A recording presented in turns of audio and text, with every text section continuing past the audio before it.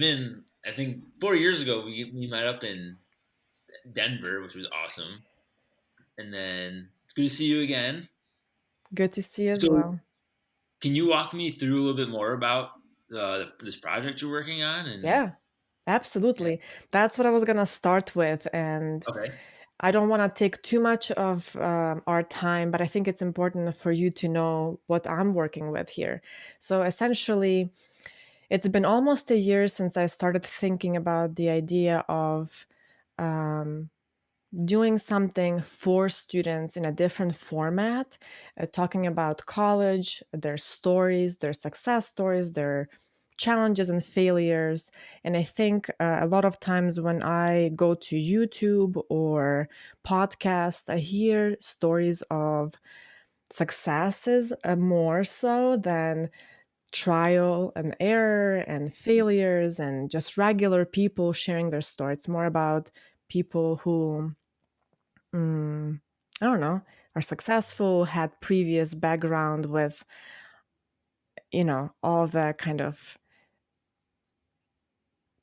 they were already in a situation where they were set up for success. So this project, and I was kind of debating what I want to do, whether it's interviews via blog articles or something like that. And then COVID hit.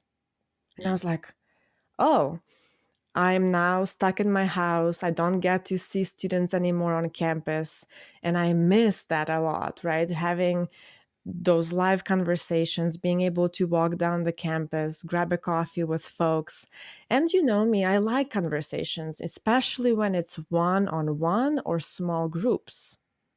yes, And so this is where I was like, well, why can't I do a podcast? This is a very new world to me, obviously. I know only one other person, Ebony, who does a podcast. And that was kind of an inspiration for me because honestly, I was like, wow, I should try it too. It's not somebody who is so, has a team of people who are working on the project with them. So I can try it. So here we are today. And this podcast will be called College Nook. And it will talk, we will I want to invite people who are professionals in the field of higher education, but also students. And I want to give them their voice to kind of share their story with all of us. And hopefully that's going to inspire somebody who's listening to the stories, and bringing professionals on the other hand to maybe highlight those important things that students should be taking advantage of while they're in college, as they're transitioning from high school to college, from college to careers, things like that. hmm, So I don't have any limitations to the topics or anything like that, but that's yeah, about it. it's an awesome idea. It's also an idea that fosters connection, and it's that social connection that we need in the time of COVID when we do have social distancing and, like you were saying, we don't have the opportunity to walk and get a coffee with a student or a colleague. And yet, doing things like this definitely offers space to create that connection. So, a connection between us, but then this conversation, like you were saying, could be used as a springboard for further connection for those who are listening. It's a great idea. And that's exactly kind of the goal that I have in mind. And honestly, when I was thinking about just starting, I immediately thought of few people on my list that I know are on the same page with me in terms of enjoying having these conversations, and people that I know I will be comfortable with having these conversations.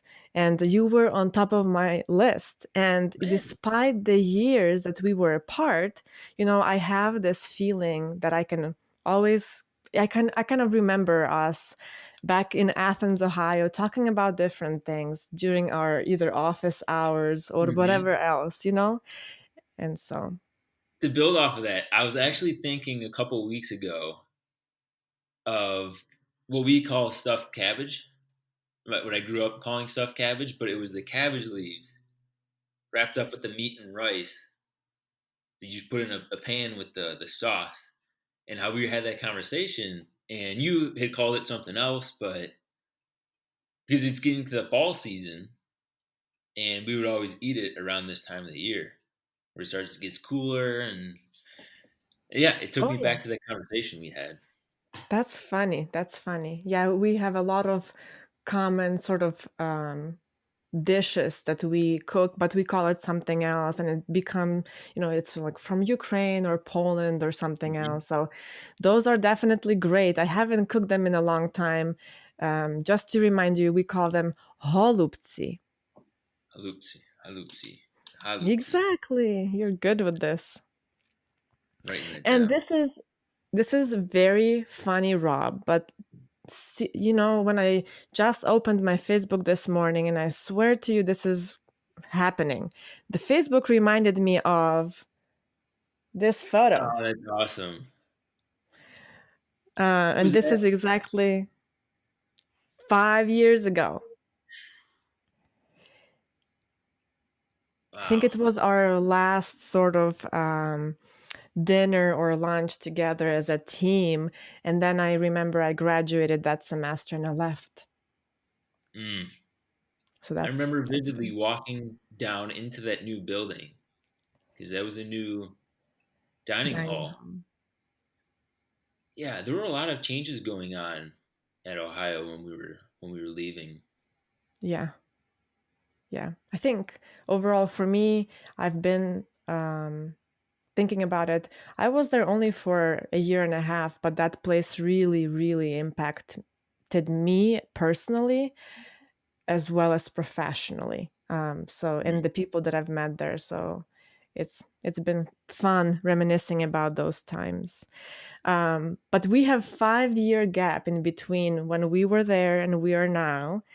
Um, I'd like to start by just asking you to share with me and the listeners what you have been up to these 5 years and what are you doing these days. Yeah, yeah, I agree in that the time at Ohio was. I'm interested to hear your thoughts too, but the time at Ohio was an opportunity. Baxter McGola talks about self authorship and being able to self author who we are and what we're up to, what kind of pursuits we want to have. And I feel the same way about Ohio because it was an opportunity to explore different areas of work. So maybe doing advising or working for the Multicultural Center or doing learning community stuff.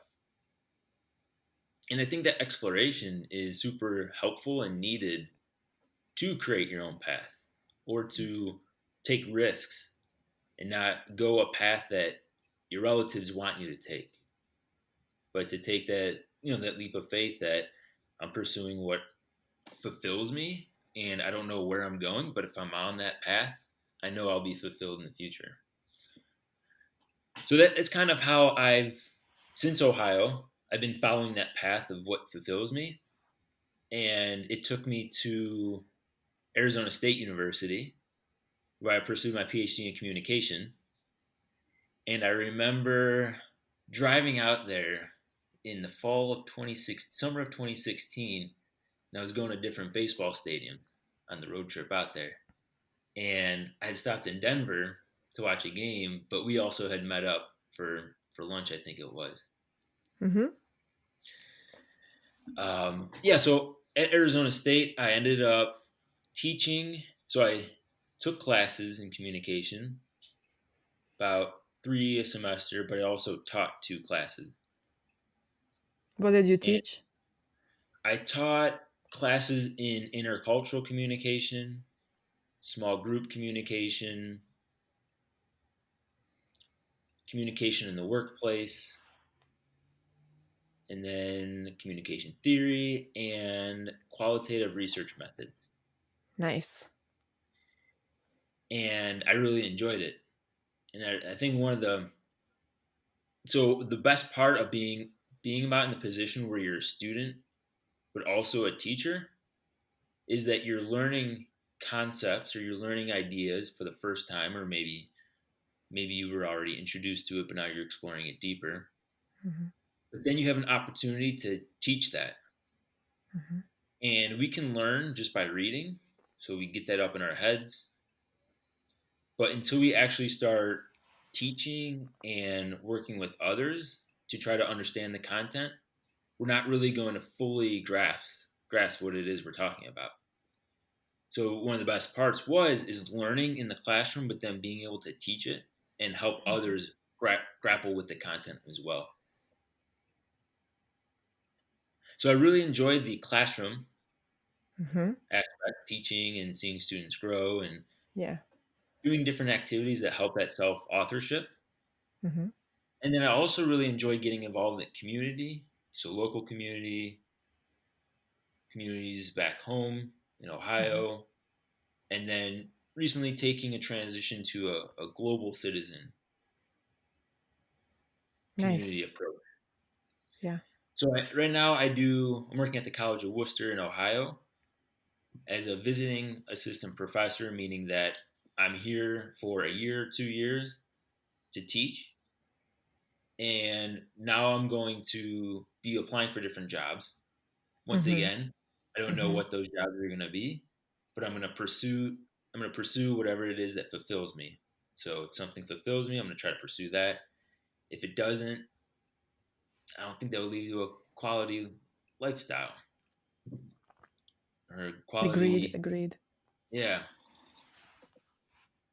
So that's where I am now. I'm teaching at the College of Wooster, and I'm still doing some research projects with local communities, organizations that have reach within one state, but they also have different campuses across the country. And then I'm also teaching and working with young professionals who work for SAP. It's a What is that? German it's a German based IT company.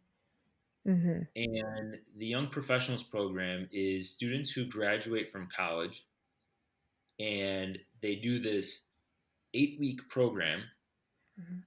where they are transitioning from college to working for SAP. And 3 days of that training is on public speaking. But our approach is we call it mindfulness in action. So thinking about that rationale, one of the most common fears people have is public speaking. Yeah. Getting Very up in true. front of an audience. Yep. Palms start getting sweaty. You might start sweating. You might start shaking. Yeah, heart beating. So, but if we can stand up there and we can become more present and grounded in this moment and not thinking too much about our audience, not thinking too much about what we're going to say, then we can take that anxiety and reduce it to the point where we can just let the content bubble up. Mhm. And if we're more mindful, we can take different objects to help communicate our message more visually. Tell me So, more about this. What do you yeah, mean? for sure. So, for example, let's see. Do you mean like I can hold an object while I'm speaking, or that's not what you're saying? It's more of taking this thought we have in our head and we're trying to create this impression on our audience. So, we can do that through the words we speak. So, we take the thought, we have the words that we speak.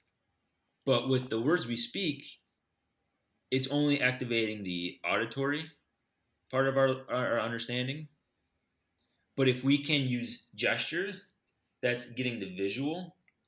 But if we can actually take something, say for example, like this snow globe ball, and you can demonstrate it. So, say for example, we get up to an audience, we're all shook up, we're all anxious. But if we can pause, maybe take a deep breath, get a sip of water, get our thoughts together, we can become more clear. Oh, how nice. Yeah. So this is an example of using a 3D object Object. to, yep, to create To that impression. communicate your message, kind of. Yeah. That makes sense. Yeah. So, can we talk a little bit about mindfulness in action? I first thought it kind of revolves around teaching people how to be more mindful in their daily lives, but this is specific to their workplace and being able to speak in front of audiences and things like that, correct? A little bit of both. Okay. So the people I work for, it's Alan Carroll and Donna Carroll. So Alan, he's a transpersonal psychologist, meaning that we have our egos, and our egos tell us to behave in certain ways so that we don't put ourselves at risk of being harmed psychologically. So public speaking, people might get anxious because they're afraid of the kind of pushback they might get from an audience. So transpersonal psychologist is saying just take those thoughts, those expectations, and just get rid of them. So his entry point into mindfulness is using mindfulness, so daily mindful practices, to build that lifestyle of mindfulness. Mm-hmm. And we do certain practices during the training to help students start to develop those mindful daily practices. So, for example, breathing, we do certain body exercises to get us grounded in our body. And now we're doing the trainings on Zoom, so virtually, and they have times throughout the day where they can do mindful practices. So it's starting Like, to exercise those muscles mm-hmm. so that by the time you do get in front of an audience, you don't have to flick the switch, but rather it's been something that you've been practicing Mm-hmm. before. So it should come naturally, be second nature. So it's sort of like guided meditation sort of practice, similar to that. That's how we start every day. Mm-hmm. That's how we start every day. And then we do certain activities that really break down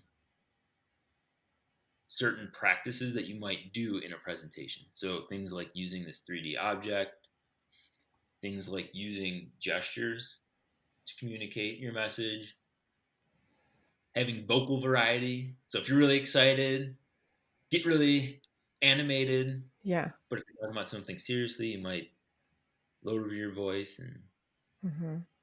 speak slower. And yeah.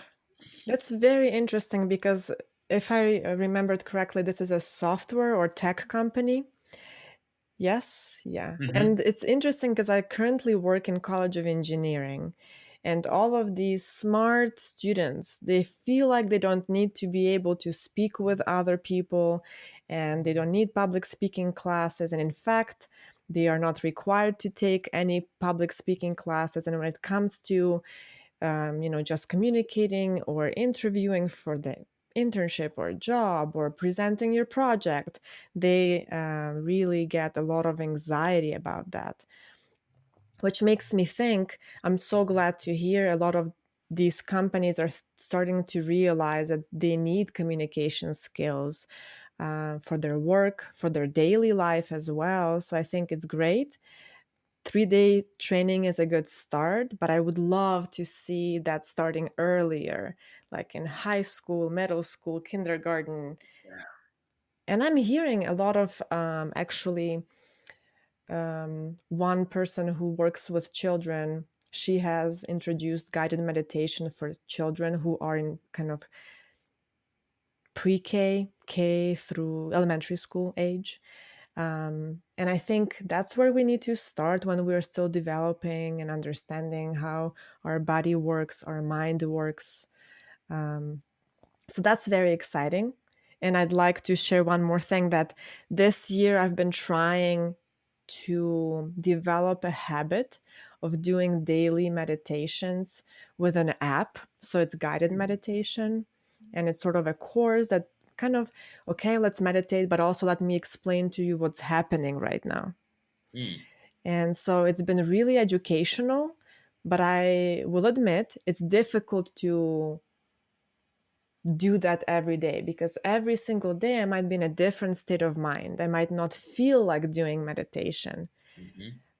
And so I'm curious if you have experience that you'd like to share regarding this.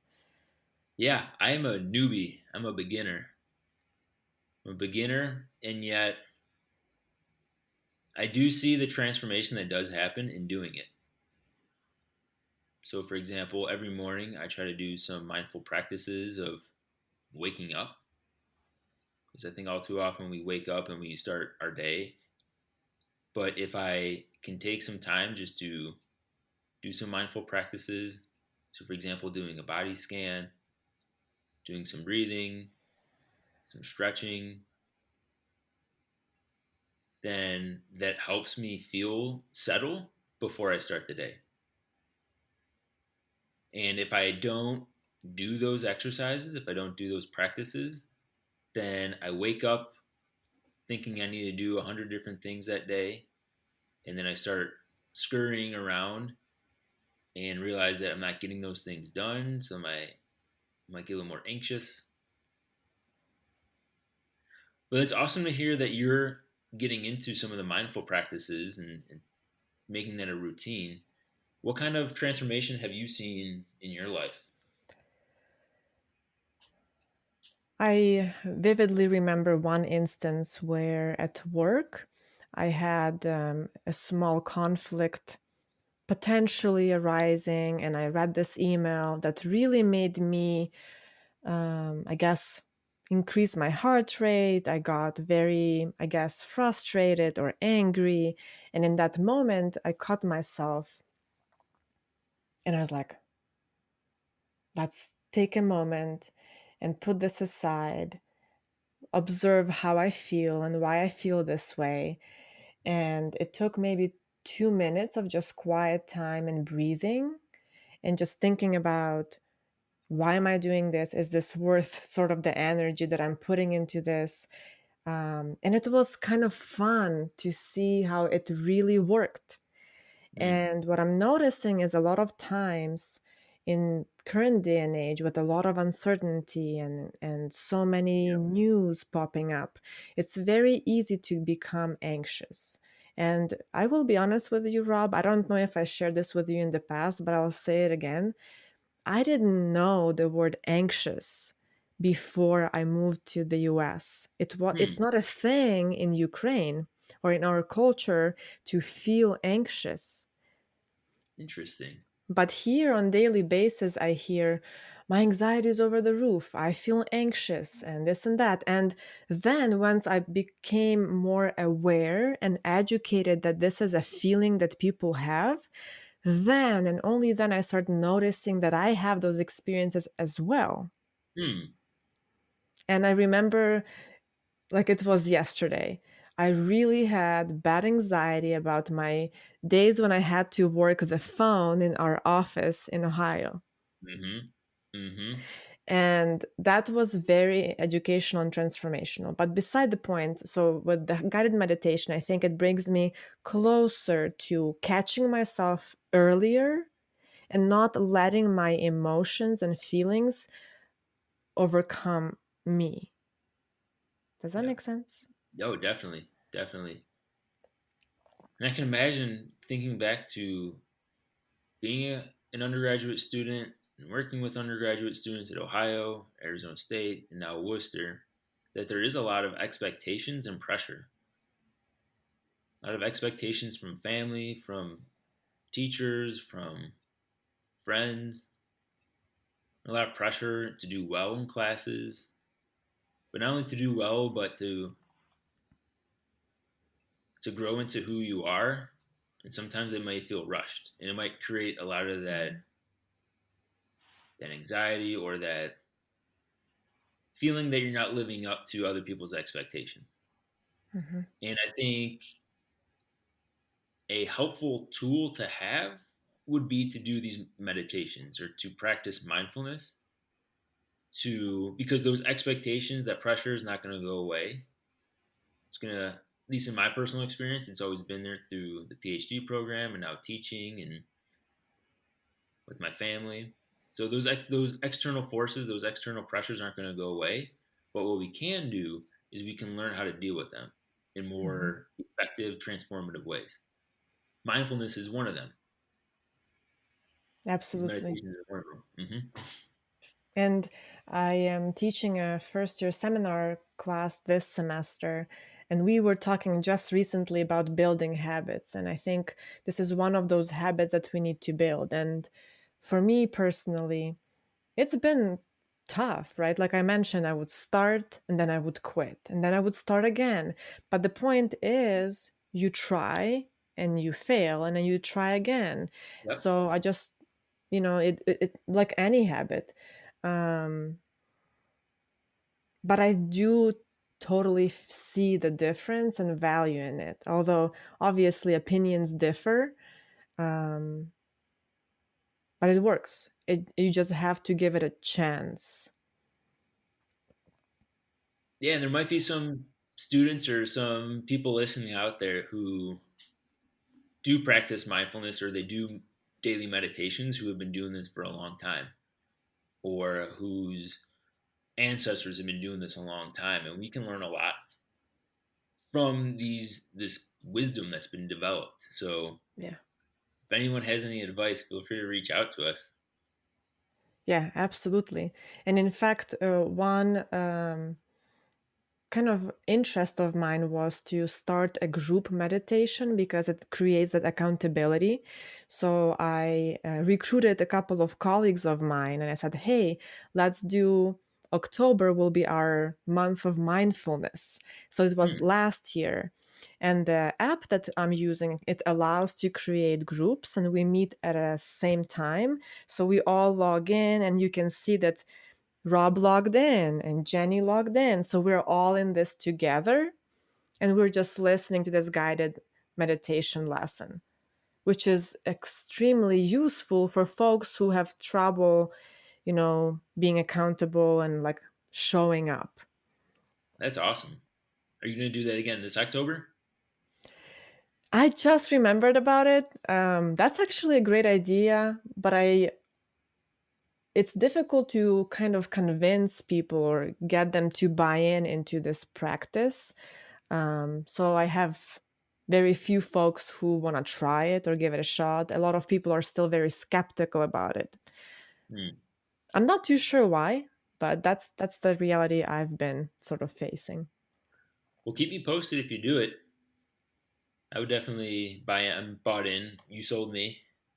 Yeah, I'm I'll be on sure board. to I'll be sure to share at least the app that I'm using. It's called Waking Up, so you can look into that Yeah. and see what that app has to offer. Me personally, I really enjoy the intro course because that intro course really is guided meditation, but also explanation as to what's happening at this moment in time. Oh, did you just do this? And I'm like, I totally did. So it's really helpful because I like to understand what's happening, over here. Mm-hmm. So yeah, Yeah. I'll keep you posted. Yes, please do. And I know, Rob, you mentioned earlier that you're also involved with some organizations regarding civil dialogue. And Mm-hmm. that also is such a big interest of mine. And I see such a huge need for being able to have good conversations, dialogue on very tough topics. Mm-hmm. Just to give you like a background on my personal kind of adventure with this, I just keep reading the books and then having these little conversations with my friends. I don't go into, like you are doing big group facilitations and things like that. To me, that's just still very scary world. Mm-hmm. But I've been reading books on how to have crucial conversations, how to have Okay. impossible conversations. Have you heard of those books? I think I've heard of Crucial Conversations. This is a new addition to my library. Okay. That was the impossible one. Yep, I've seen that one. Yep. So I went through a pretty extensive training on crucial conversations, which also was extremely helpful for those of you who don't have access to the training. At least read the book. I think it's very helpful. I was even catching myself, Natalie. So there is this tagline in Crucial Conversations: stories. We are creating stories about other people in our head in the Mm, split second as we are seeing something or receiving information. So to give you an example, um, let's say your colleague forgot to do something that you agreed on, and then you're creating a story that they're not responsible, they're lazy, this and that. The story is there despite whether you want it or not. So it's your job to remind yourself, but this is a story that you created in your head. What if this person had other circumstances? yeah. You know, and it's such a great one question. That's the story. Or is this your story, Natalie? Did you check with them? And even when I'm driving sometimes with my husband and somebody's speeding and they're being kind of obnoxious on the road, and we tend to say some bad things, or like, oh, they're doing this and that, but you don't know, they might have a pregnant wife in their car and they're Hmm. rushing to the hospital. So to me, this one sentence about stories was such transformational. And it is, again, difficult to keep that as a habit, because Yep. I forget sometimes. I'm like, oh, they didn't do that because X, Y, and Z. No, remind yourself. So again, awesome. But I want to hear more about your experience with the civil dialogue part of it, because I think that's where we're at right now Hmm. in society, that we need a lot of that. So I'd love to hear more about that Yeah. experience and your work. Yeah, for sure. Before going into that, it's Yeah. a key component of what we teach in those mindfulness and action seminars, Hmm. where you have something happens. Something happens in the world. So, for example, I might take water and I might dump it on the floor. For, for you, you might look at that through this lens and you might say, based off my previous experience, somebody who dumps water on the floor is just being destructive. But then you might throw on these cool Wooster sunglasses and you might say, well, I can see how this person is putting water on the floor because they need to clean up a mess. Or maybe they're dumping water on the ground to to water a plant or something. But it just goes to show that something happens and then we have these different ways of viewing and interpreting what happens. And oftentimes we have those conflicting points of view. So civil dialogue, think capital C, capital D. It's a trademark form. It's a format of dialogue that was created by John Jeanette, Hmm. Clark Olson, and Jennifer Lindy at Arizona State University. And they wrote this book called Hot Topics, Cool Heads, a handbook for civil dialogue. And it pretty much goes over the theory behind this format and then walks you through what the format looks like. And I use this as a tool in my classes and in the community to first introduce people to dialogue, because you don't see it very often. So debate is more arguing your point. So somebody makes a point, you make a counterpoint, point, counterpoint. You're just going back and forth. But dialogue's more of a dance. It's more of a we're co-creating meaning, or we're exploring new understandings by exploring people's different viewpoints and how it is that we can understand what it is we're talking about by getting exposure to these different perspectives. So this particular format, oh, kitty, She wants to say hi. it's funny.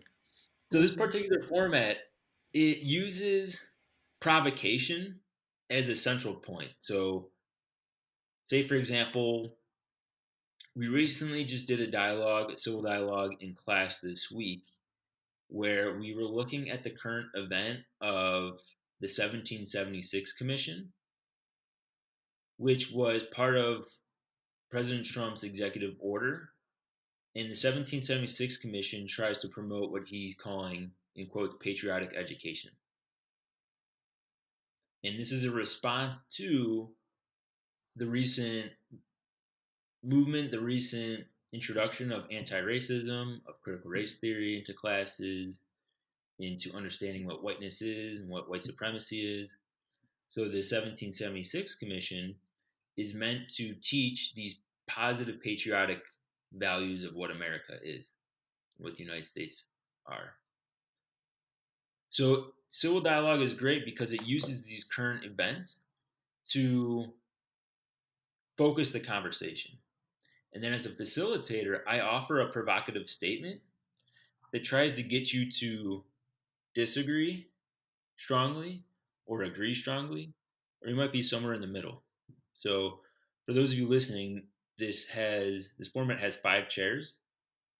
On the ends are disagree strongly, agree strongly, and then in the middle, very middle, is neutral or undecided. And then just on either side of the middle, you can disagree somewhat, agree somewhat, or you might just agree or disagree. And say, for example, the statement I used this week was the government should have a say in what ideologies are taught in school. So you might disagree with that statement, you might agree with that statement. And once people volunteer to take part in this conversation, this dialogue, everyone in this core dialogue would start having a conversation among themselves. So asking questions, making certain points of clarification. And meanwhile, there's an audience. So if you're not one of these 5 volunteers, you're in the audience and you're listening into the conversation. And after about 5 to 7 minutes of this core dialogue conversation among the 5, then we turn to the audience, and the audience asks questions or makes comments that spark conversation even further. And what we're doing here is we're trying to understand this current event more complexly, more holistically, by getting people's different perspectives into the conversation. And we're not trying to defend our point, we're not trying to demonize others. We're sharing why it is that we believe or why we have a certain position that we have. And this returns to the understanding that what we mean by civility, because civility can be used to further marginalize certain groups as a tactic to say, well, you're not being civil, therefore you're less desirable.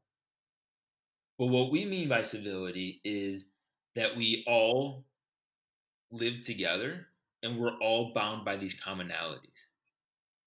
So if we talk about race specifically, yes, I'm white, but me being white only exists because there's other races. So there's Asian, there's black, there's Latinx. There's... Can you say it again, that one sentence? Yeah, so I'm only white, what we call white, because there's other races to compare white to. Or somebody is black because there's only other races to compare black to. And we're bound by this commonality that we use language to distinguish people by the color of their skin. And And thank you for saying that, because I just Mhm. want to say, because in Ukraine, there is no such thing. We don't never think about that because we are all white Yeah, for the most exactly, part. exactly. In Dominican Republic, what somebody in the U.S. might be considered black, that same person in the Dominican Republic might be considered white. But this goes to show that we have these different rules or these different norms of what we mean when we talk about race in this example. And we're bound together in those norms that we've created, and we're bound together in those norms that we sustain, but we're also bound together if we want to transform things like the way we treat racialization and racism. So, what we mean by civility here is that, yes, we're bound together. So, we either stick in this sticky spot together or we can transform this together. And in order to do that, we need to engage one another. Because if we keep having this polarization, then we're not going to get anywhere. Or we might get somewhere, but it might have adverse effects for certain groups. So that engagement is key. And that's a really good point from all of the good stuff that you just shared. Something that I remind myself, and I think we need to hear more often, is that we create these norms, we Mm-hmm. create these boundaries or definitions for things. I think we can also transform these norms, make them better, different. I don't know.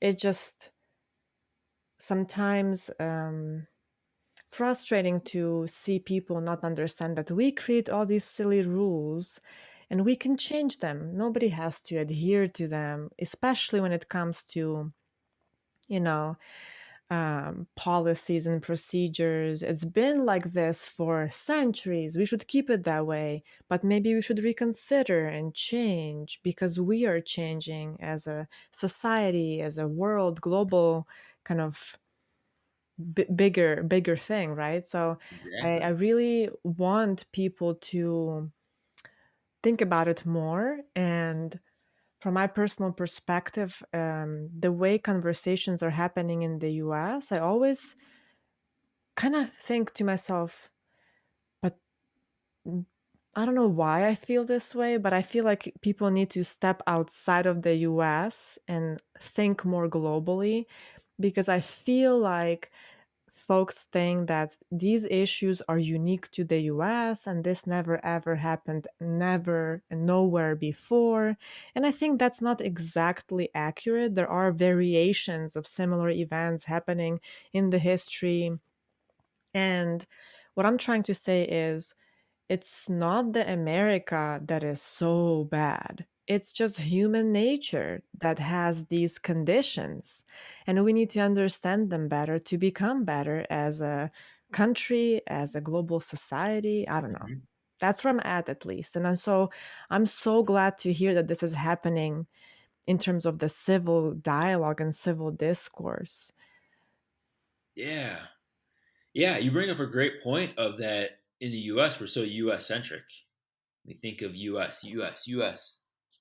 But if we can look to other countries around the world to see, well, what kind of conflicts are going on in different countries? How have conflicts been transformed? How might we use those examples as, in this case, like a positive case analysis to say, if we want to create some change here in the US, what can we learn from these different conflicts across the world? And how can we use that understanding to inform what it is we're doing to try to create that change or to create that transformation? Yeah. Yeah. I personally, as a citizen of this country, as a person who lives here, I would like to see more of that because one thing that attracted me in the US is the fact that it's so diverse. But then I'm living here for the last few years and it becomes so isolated, Mm, although so diverse. And I think I want to hear more of those perspectives, like you mentioned. I want to hear agree, disagree, slightly agree, because obviously there is never black and white. There's so much gray. And I mm-hmm, feel like in a lot of these political debates or social media taglines, there's just black, white. mm-hmm. No, there's just so much gray, and I want us to explore the gray areas more. Yeah. Yep. And we need to foster spaces that allow for that exploration too. So if you think about social media, if we keep following people who agree with us, we're just exposing ourselves to spaces that create these echo chambers. But if we can follow some people we may not necessarily agree with, then we can get exposure to different points of view. And those different points of view can help us explore the complexity of certain issues. So whether it's civil dialogue, it creates that civil dialogue creates that space. We can create that space in, say, for example, college campuses. If we can get different groups together who may not necessarily agree on certain issues, but just get people together in the same pace to explore that complexity. But then also having some ground rules that help guide that. So what happens if somebody starts saying something that dehumanizes someone else? Like, what are those ground rules for holding people accountable to that? So, yeah, I think it's important to foster those spaces where we can explore the gray area. I totally agree. And I think civil discourse and the strategies to create the safe space to have those conversations is a whole another. I think we can talk about it forever. Um, One thing from my perspective that I'd like to say is it's getting pretty grim in terms of me being able to voice my perspectives and Mm-hmm. opinions because Mm-hmm. they are not black or white. They are kind of in the middle. And I'm seeing that on social media, I can't really freely express that because I will be labeled immediately certain things that I'm not. I'm just provoking you to think about this because I'm also thinking about this, like you Mm-hmm. said, provoke others to think about the other side or different perspective, which I really like. It's like playing a devil's advocate. Yeah, and what it's doing, go back to these cool Worcester glasses, is through the provocation, what we do is we are provoked to take our assumptions and to look at them. So, where did I get these assumptions? What do these assumptions, how do they serve me? How do they not serve me? How is it that if I can see the world in a different way, that it might benefit others and it also might benefit me? So, for example, advocating feminism helps benefit men in particular instances as well. But if you're a man and you only see that feminism tries to demonize men, then you're going to miss all the benefits that come from feminism for men.